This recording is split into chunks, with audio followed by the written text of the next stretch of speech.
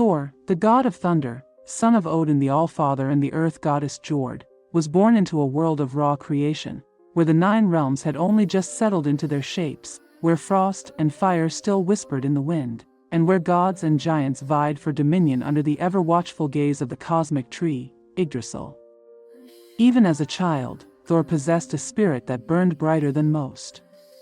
His laughter was loud, his steps heavy, and his temper quick, yet in his heart there was a deep sense of justice, a desire to protect Asgard, Midgard, and the balance of all realms. Stories of his youth speak of a boy who could wrestle with the young sons of giants and win, whose appetite at the feasting table outmatched warriors twice his age, and whose voice carried over the fjords like a rolling storm. As he grew, his strength became legendary. No mortal nor god could rival his power. But raw strength alone would not make him the protector Asgard needed. His father, Odin, saw to that. Odin sent Thor on journeys across the 9 realms to temper his might with wisdom, to teach him the ways of leadership and the responsibilities of a god. It was during these early years that Thor first encountered Jörmungandr, the World Serpent, though neither yet knew they were destined to be each other's doom. Their meeting came when Thor sailed with companions on a voyage to the edge of Midgard, where the seas grow dark and endless. When the serpent rose from the depths, its eyes like twin storms, Thor's youthful courage drove him to challenge the beast, though he was not yet strong enough to finish the battle. They parted with the knowledge that their paths would cross again, and next time, one of them would not return. In time, Odin gifted Thor his greatest weapon, the hammer Mjolnir, forged by the dwarves Bråkr and Sindri in the heart of a dying star. It was a weapon unlike any other, capable of summoning lightning, returning to its master's hand no matter how far thrown, and striking with the force of the storm itself. Mjolnir became more than a tool, it was an extension of Thor's very soul, and with it, he took upon himself the mantle of defender of Asgard. Tales of Thor's deeds spread through all realms. He battled frost giants in Jotunheim, ensuring they could not invade the Golden Realm.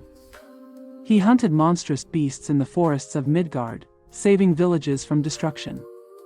In one tale, he disguised himself to retrieve Mjolnir after it was stolen, an adventure that blended cunning with courage, proving that the god of thunder was not only a warrior of brawn but also of wit. Yet for all his victories, there was always the shadow of prophecy.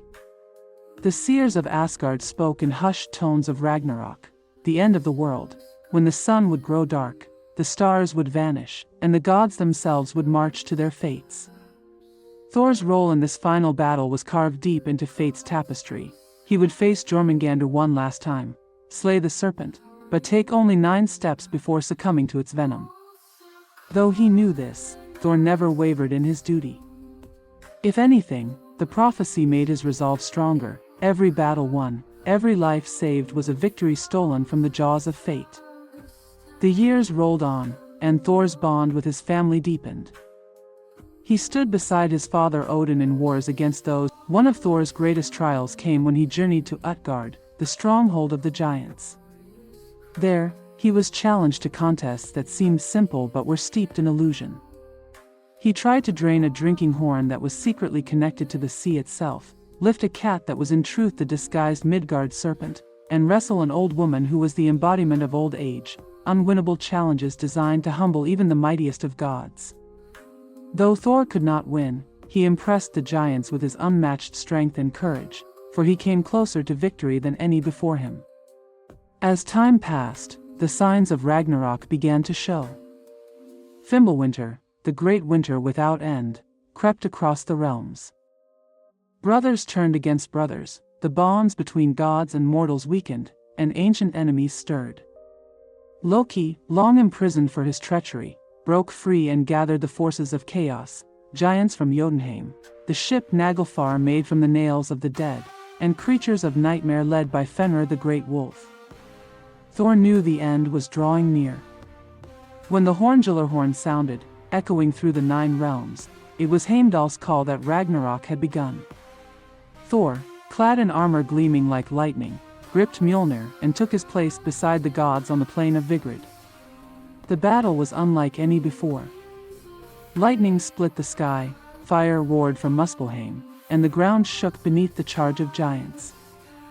Thor fought with the fury of the storm, striking down foes by the dozen, his presence a beacon of hope amidst the chaos. And then, from the horizon, the sea boiled and rose, and Jörmungandr emerged, its massive coils encircling the battlefield, its breath a poisonous mist. Their final battle was a clash of titans. Mjolnir met Scale and Fong, lightning clashed with the roar of the deep, and the sky itself seemed to shatter under the force of their blows.